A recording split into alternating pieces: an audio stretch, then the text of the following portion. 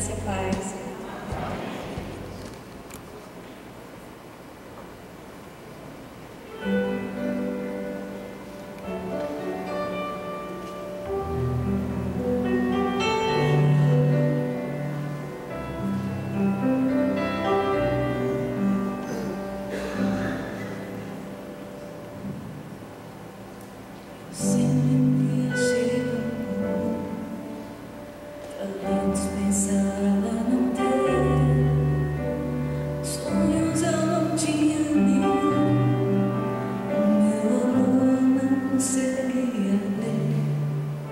Eu queria ser um super-herói, ter poderes para me transformar. Meus heróis, as feridas não doem, e na tristeza eles podem voar. Eles podem voar,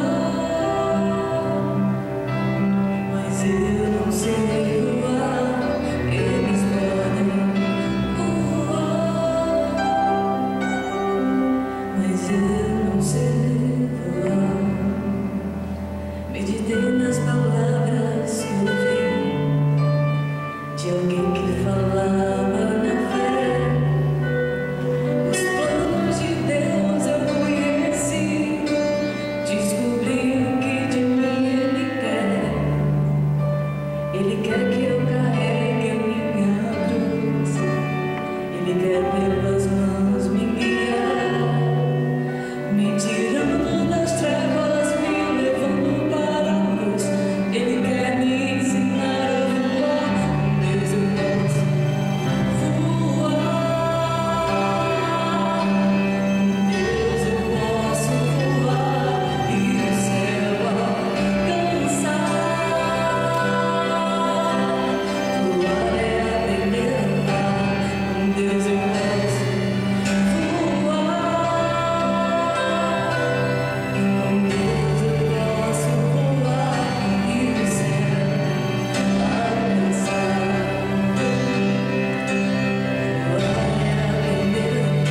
Voar é aprender a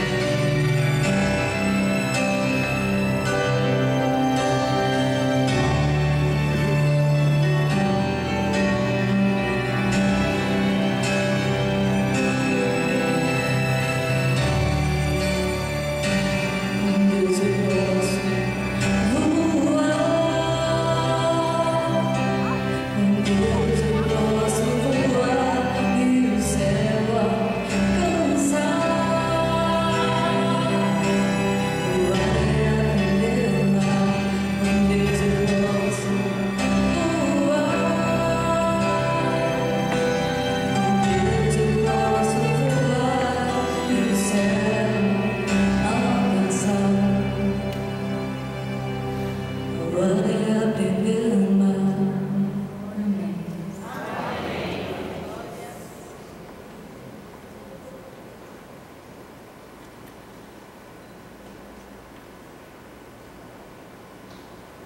Quero convidar você que trouxe uma Bíblia, que tem, ou melhor, que tem trouxe, na verdade, para abrir comigo o livro do 1 Reis, capítulo 17. E não existe como a gente, num momento como esse, não fazer uma viagem no tempo. Eu fiz uma viagem há aproximadamente 20 anos atrás. Deus me chamou para o ministério um pouco mais do que isso, no ano de 91. Então Deus me chamou para o ministério, e de 91 a 95 eu fiquei brigando com Deus.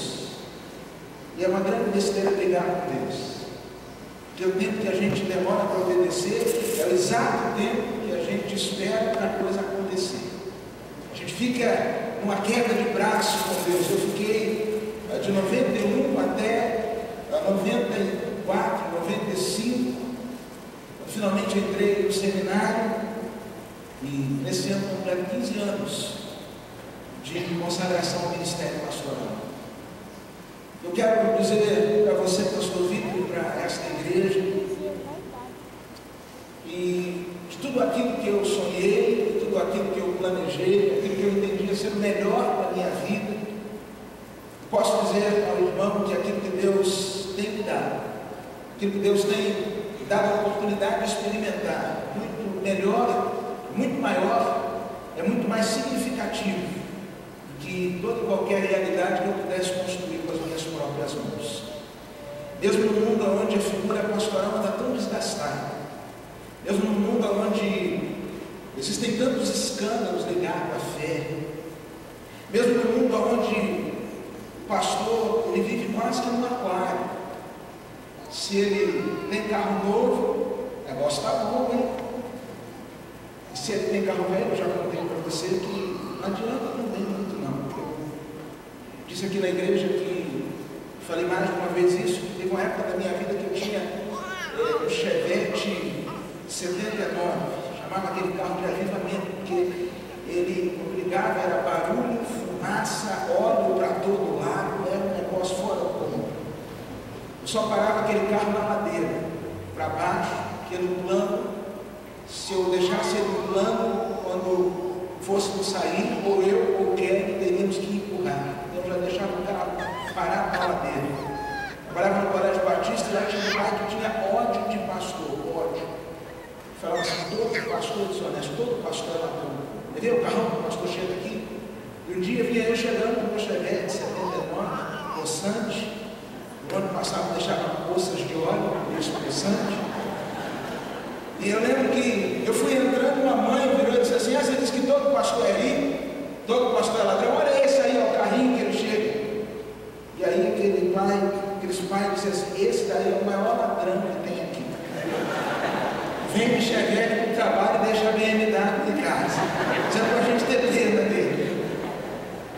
Mas apesar de todo o desgaste, eu quero dizer que não existe missão mais honrosa do que cuidar das coisas eternas.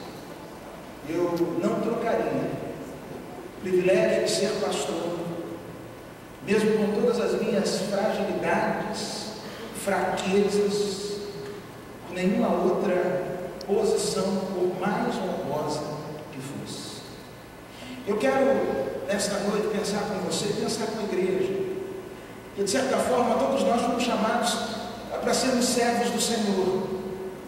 Talvez um dos grandes erros dos nossos dias é acharmos que a missão da igreja vai ser desempenhada pelos pastores. Vivemos uma era de terceirização, e tem gente terceirizando a sua missão no reino de Deus. Por isso eu quero compartilhar com você, pastor Vitor, e com esta igreja, sobre alguns princípios que têm me acompanhado durante estes anos, que eu espero que possam acompanhar o irmão na sua caminhada ministerial. Portanto, 1 Reis, capítulo 17, eu quero ler com você todo o capítulo nesta noite. A Bíblia diz assim, Elias o tesbita, que habitava em Gileade, disse a Acabe, tão certo como vive o Senhor Deus de Israel, a quem sirvo, nestes anos não haverá orvalho nem chuva, senão por meio da minha palavra. Depois a palavra do Senhor veio a Elias dizendo, retira-te daqui e vai para leste, esconde-te perto do ribeiro de Querite, a leste do Jordão. Beberás do ribeiro, e eu ordenei aos corvos que ali te sustentem. Elias partiu e fez conforme a palavra do Senhor, e foi habitar perto do ribeiro de Querite, a leste do Jordão. Os corvos lhe traziam pão e carne pela manhã, como também pão e carne à tarde, e ele bebia do ribeiro. Mas decorridos alguns dias o ribeiro secou, porque não havia chovido na terra. Então veio-lhe a palavra do Senhor, dizendo, levanta-te e vai viver em Sarepta, no território de Sidom. Ordenei ali a uma viúva que te sustente. Ele partiu para Sarepta, e quando chegou à entrada da cidade, estava ali uma viúva apanhando lenha. Ele a chamou e lhe disse, traz-me por favor uma vasilha com um pouco de água para eu beber. E quando ela saiu para buscá-la, ele a chamou e lhe disse, traz-me também um pedaço de pão. Ela, porém, respondeu, tão certo como vive o Senhor teu Deus, não tenho pão nenhum, mas apenas um punhado de farinha na vasilha e um pouco de azeite na botija. Estou apanhando 2 graveiros para ir preparado para mim e para o meu filho. Nós o comeremos e depois morreremos. Então Elias lhe disse, não temas, vai, faz como disseste, mas primeiro faz para mim um bolo pequeno e traz aqui, depois o farás para ti e para o teu filho. Pois assim diz o Senhor Deus de Israel, a farinha da vasilha não acabará e o azeite da botija não faltará, até o dia que o Senhor fizer chover sobre a terra. Ela foi e fez conforme a palavra de Elias. Se ele e ela e sua família comeram durante muitos dias. A farinha da vasilha não se acabou e não faltou azeite na botija, conforme a palavra do Senhor que ele falara por intermédio de Elias. Depois disso, o filho desta mulher, dona da casa, adoeceu gravemente e morreu. Então ela disse a Elias: que tens contra mim, ó homem de Deus? Vieste tu a mim para trazer à memória o meu pecado e matar o meu filho? E ele lhe respondeu: dá-me o teu filho. E ele o pegou nos braços, o carregou para cima, ao quarto onde ele mesmo ficava, e o deitou em sua cama. E clamou ao Senhor: ó Senhor meu Deus, até sobre esta viúva que me hospeda, trouxeste desgraça, matando-lhe o filho. Então ele se deitou sobre o menino 3 vezes e clamou ao Senhor: ó Senhor meu Deus, faz esse menino reviver. O Senhor ouviu a voz de Elias, o menino voltou a respirar e reviveu. Então Elias pegou o menino, levou no quarto a casa, o entregou para sua mãe e disse: aqui está, teu filho está vivo. Então a mulher disse a Elias: agora sei que tu és homem de Deus, que a palavra do Senhor na tua boca é verdade. Vamos falar com Deus. Senhor, obrigado pela tua palavra. Fala conosco neste tempo, precisamos te ouvir, em nome de Jesus. Eu olho para este texto e fico pensando nos dias que Elias viveu. Eu chego à conclusão que Elias viveu em dias muito parecidos com os nossos. Elias vive num tempo onde o povo dava as costas para Deus, ou pior do que isso, onde o povo tentava ter um relacionamento meio híbrido com Deus, um relacionamento misturado, onde eles, ao mesmo tempo que queriam adorar ao Senhor, queriam celebrar a Baal. E se existe uma coisa que a gente precisa ter muito claro no nosso coração, é que o Senhor Deus espera de cada um de nós um relacionamento de exclusividade com Ele. E é nesse tempo de tanta confusão religiosa, de tanto esfriamento espiritual, que Deus levanta um homem chamado Elias. Eu preciso dizer para você, pastor Vitor, e para cada irmão que está aqui, que Elias não era um super-herói. Às vezes nós lemos a Bíblia e achamos que os grandes heróis da Bíblia eram homens com força acima do normal, eram homens com uma capacidade acima das nossas. Mas a palavra de Deus nos diz de maneira muito clara que Elias, ele era um homem sujeito às mesmas paixões que eu e você. Em outras palavras, ele tinha as mesmas fraquezas, os mesmos problemas, as mesmas possibilidades de erro. Era um homem normal, gente da gente. O texto sagrado vai nos falar que Deus pega essa pessoa tão normal para fazer através dela coisas extraordinárias. É assim que Deus trabalha. Ele pega gente comum, derrama da sua graça, para através dessas pessoas realizar coisas incomuns. E nesse primeiro capítulo, neste capítulo de 1 Reis, capítulo 17, há uma transformação na vida de Elias, que é a minha oração, que essa transformação seja percebida na sua vida, pastor.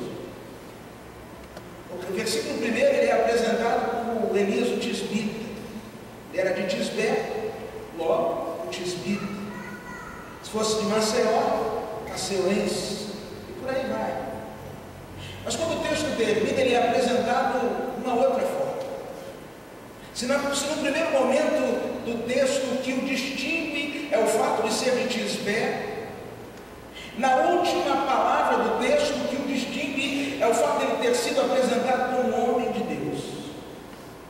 Aquela mulher não mais diz Elias o Tisbita, mas ela agora diz: agora eu sei que você é homem de Deus. Se existe uma coisa que nós estamos precisando desesperadamente, é de homens e mulheres comprometidos com Deus. Tem muita gente falando em Deus, tem muita gente cantando sobre Deus, tem gente até advogando, tem gente que é advogado de Deus, não pode falar mal de Deus, não pode falar mal de Jesus Cristo, porque ele vira uma lança, é advogado de Jesus. Mas tem pouca gente vivendo para Deus, e há uma carência nos nossos dias de pessoas que nós possamos apontar e dizer: ali vai um homem de Deus,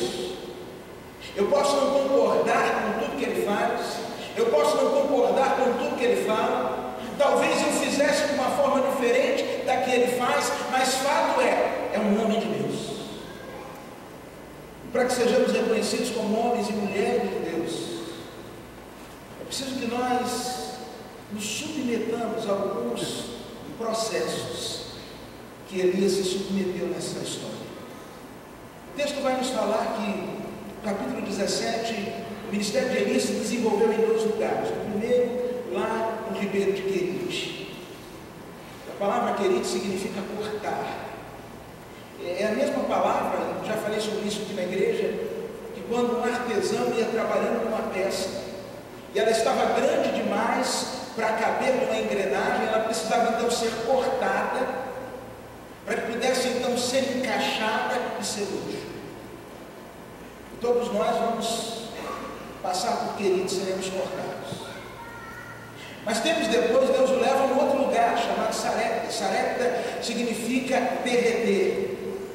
Era a mesma ideia de um ourives que pega uma peça, leva as mais altas temperaturas, derrete aquela peça, para que aquela peça então possa ser moldada conforme o desejo do ourives. Não há possibilidade, pastor Vitor e querida igreja, de sermos reconhecidos como homens e mulheres de Deus, se não passarmos por Querite, e se não passarmos por Sarepta. E a grande pergunta é: o que Deus fez na vida dele em Querite?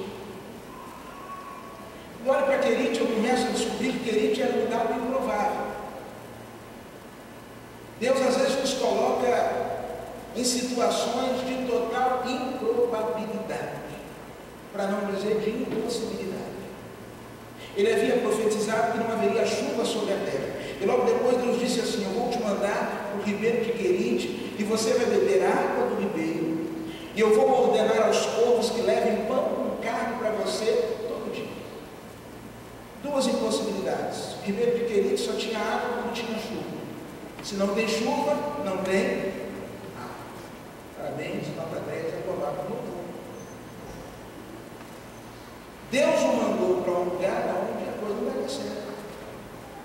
Como é que eu vou viver num lugar que não tem água? Deus ordena corvos para o alimentar, e a gente já sabe que os corvos são considerados abutres, eles não poupam nem os próprios filhos.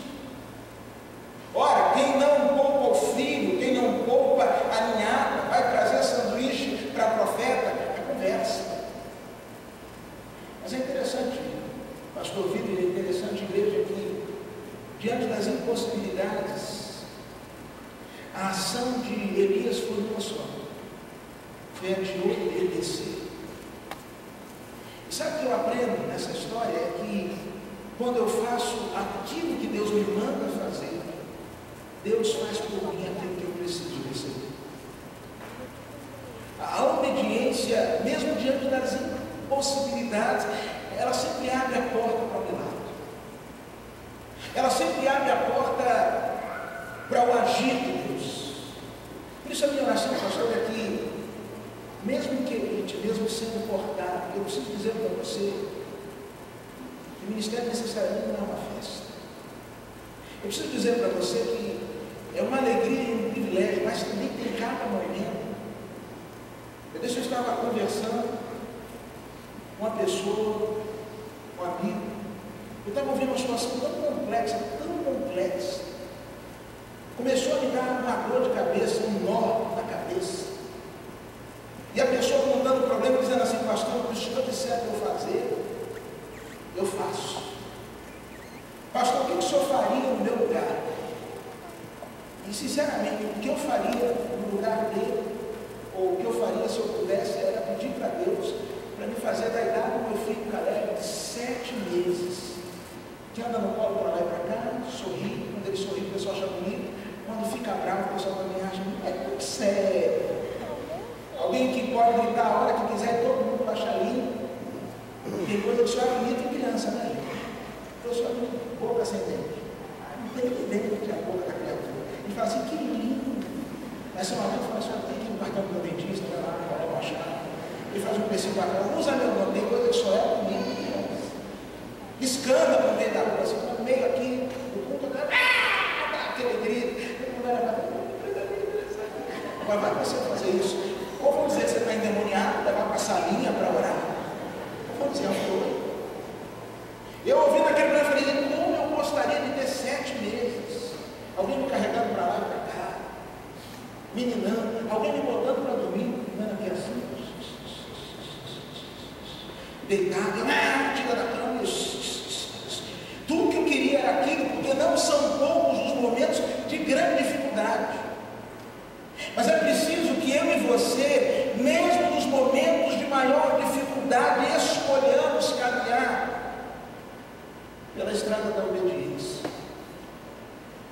Obedeça ao Senhor. Mesmo diante daquilo que parece impossível, mesmo diante daquilo que parece que não vai dar certo, mesmo diante daquilo que parece que não vai funcionar, obedeça ao Senhor. Deus honra a fé dos seus servos. Eu posso me lembrar, no ano de 2006, quando o pastor Pascoal veio pregar aqui no aniversário da igreja. Nós fomos fazer um trio elétrico aqui, evangelismo no bairro da igreja. E no sábado, todo mundo aqui preparado, e aí tempo fechado. Chuva. O pessoal preparado, motivado, começamos a orar. E o irmão que estava ali fora falou assim, engraçado, pastor. A gente ouve aquelas histórias que aconteceu lá na África, que a chuva parou, que em tal lugar fulano orou, a chuva parou. Mas na hora da gente que é bom nada, né? E eu ouvi aqui, olhei para ele, falei assim, abençoado. Eu já, para os visitantes, a gente aqui na igreja já aprendeu que crente quando está com muita raiva, chama muito de abençoado. Ô abençoado! Então pode ser ou abençoado, então abençoado. Então eu olhei para aquele abençoado, dei um risinho, fiquei mordido para ele, falei, Senhor, o Senhor que separou esse tempo, o Senhor preparou todos os recursos, mas não foi ideia nossa fazer esse trabalho, isso do Senhor, é para a glória do teu nome. O Senhor sabe aquilo que está no nosso coração. E nós nos ajoelhamos aqui, e logo vem o irmão para dizer, olha pastor, mesmo que pare de chover, não é bom subir um trio elétrico não, porque tem um negócio da física, um tal que tinha que lá, o eletrostático, tem que se passar perto do fio, está dando chove em todo mundo, e vai morrer todo mundo. Eu acho melhor a gente cancelar esse negócio, e no meu coração eu dizendo assim, manda o povo marchar. Parecia loucura. Nós fomos para o trio elétrico e a gente ia caminhando e Deus é tão maravilhoso, porque eu não falo isso, irmãos, para dizer que, sei lá, esse cara sou eu, não é nada disso, por favor. Por favor, longe. Só estou dizendo isso só para alimentar a sua fé, só para isso. Foi tão interessante, ao passo que a gente foi caminhando, o tempo se abrindo, a chuva cessando, o sol. Eu lembro de meu irmão que ele estava aqui conosco, que ele estava em licença médica e iria voltar de segunda para o trabalho. Ele falou, pastor, Deus nos abençoou tanto hoje que agora ele vai ter que dar outro jeito. Mas como é que eu vou chegar segunda-feira no trabalho bronzeado, dizendo que eu estava de licença médica? E como Deus nos abençoou naquele tempo, como Deus foi abrindo portas, como Deus foi honrando a nossa atitude, como Deus foi honrando a fé da igreja naquele momento. Por isso, amados irmãos, ainda que estejamos num lugar que só tem água quando chove, se Deus para lá nos enviar, fique tranquilo, haverá água, haverá provisão, porque Deus é fiel e Ele cumpre tudo que Ele promete. Louvado seja o nome do Senhor Deus. Depois Deus o leva ao Passaré. Um dia o riacho seca. E aquilo que nos surpreende, não surpreende a Deus. Existem momentos em que Deus nos tira de um lugar e nos leva para outro. Deus está te tirando de Maceió, te levando agora para a Fortaleza. Foi mais ou menos isso que Deus fez com Elias. Deus o tirou do Querim e te levou para Saré. Riacho seca. E aquilo que surpreende o profeta, como eu já disse, não surpreende a Deus. E Deus vira para ele e diz assim, você está preocupado com a sua provisão? Fique tranquilo, eu já separei uma viúva para te sustentar lá em Sarepta. Você pode imaginar como essa palavra deve ter batido no ouvido do profeta, porque hoje vivemos uma sociedade machista. Tem marido que fica chateado pelo fato da mulher ganhar mais que o marido. Eu acho isso uma besteira. E a gente fala assim, pastor, não tá bom lá em casa não, porque minha mulher ganha 2 vezes mais que eu. Irmão, que bênção, rapaz. Se querem passar no concurso, ganhar 4 vezes mais que eu, e a gente continuar nessa nossa parceria, na saúde, na doença, na pobreza e na pobreza, a gente continuar com essa parceria, compra conjunto, eu passei no cartão dela, ela tem 10 vezes mais. Louvado seja Deus. Eu sofro disso não. Sou bem resolvido. Fico para cá com o papai, Jeová já tratou meu coração, não sofro disso não. Mas você pode imaginar, há 3.000 anos atrás, mais do que isso, um homem recebendo a seguinte informação: você vai ser sustentado por uma mulher, e mais do que isso, por uma viúva, que representava o máximo de necessidade. A viúva e o órfão representavam o máximo de necessidade dentro da cultura judaica. E ele vai caminhando para lá. Quando ele chega na porta da cidade, ele vê uma viúva catando cavaco. E ele olha para aquela viúva e fica imaginando o diálogo dele com Deus. Deus falando assim: é essa aí. E ele diz: Senhor, não pode ser. O senhor não sabe brincar, sabe da brincadeira. Essa daí não tem nem para ela, vai ter para mim. É essa. Não, não pode ser. É essa, não é, não é. E aí Deus fala: chega lá, fala com ela. E ele fala assim: bom dia, senhora. Copinho d'água, por favor. Ela vai buscar água. Fala assim: faz mais um favor. Traz um bolinho. Água pura faz mal. Traz um bolinho para o profeta. Esse negócio de água pura faz mal, não, o pastor viajou para fazer uma série de conferências, viajou 6 horas de carro, pregou no culto, chegou na casa onde ele ia ficar hospedado 11 horas da noite, não jantou, não lanchou na viagem, aquela correria. Quando ele chegou, terminou o culto, 11 horas da noite, chegou na casa da família, olhou para a cozinha, tudo apagado. A dona da casa deu uma toalha para ele e falou assim: pastor, pode tomar seu banho? Ele falou assim: mãe, será que tomar banho de barriga vazia não faz mal não? E aí, o profeta olha para a mulher e diz assim: senhora, traz um pãozinho para mim, um bolinho. E a mulher diz assim: o negócio está ruim aqui, você chegou numa época difícil. Eu vou fazer o último bolinho aqui, para eu comer com meu filho e nós vamos morrer. Ele imagina o profeta só fazendo assim para Deus. Estou dizendo? É Deus dizendo: vai em frente, perca. Aí ele vira e diz assim: tá bom, a senhora pode fazer um bolinho para a senhora, mas primeiro faz um bolinho aqui para o profeta. Imagina se fosse hoje. Está no Jornal Nacional, essa matéria é fantástica. Pastor explora viúva, ia ser um negócio assim. Ia ser um escândalo. E aí ele vira para a mulher e diz assim: a senhora pode fazer pelo seguinte, porque na sua casa não vai mais faltar nem azeite, nem farinha. Diz-nos a palavra de Deus que durante os dias em que o profeta ali esteve, todo dia tinha azeite com farinha. Como já disse, pregando em outro lugar, pela manhã eles almoçavam farinha com azeite. À noite eles jantavam azeite com farinha. E no outro dia tem o que? Farinha com azeite. E no outro também tem azeite com farinha. Agora é melhor que morrer de fome. Milagre da multiplicação na casa daquela mulher. Eu aprendo que quando nós estamos em Sarepta, sendo derretidos pelo Senhor, quando nós estamos passando pelos tempos aonde já fomos cortados e agora estamos no centro do fogo, precisamos usar estas oportunidades para sermos instrumentos de bênção na vida das pessoas. Elias poderia muito bem ter ficado ali em si mesmado, chateado, murmurante, reclamando do seu problema, mas ele foi instrumento de Deus para que houvesse pão naquela casa, para que houvesse alimento. Ele foi instrumento de Deus mais à frente para que houvesse cura, para que houvesse ressurreição. O nosso grande erro, o grande erro dos nossos dias, é que nós achamos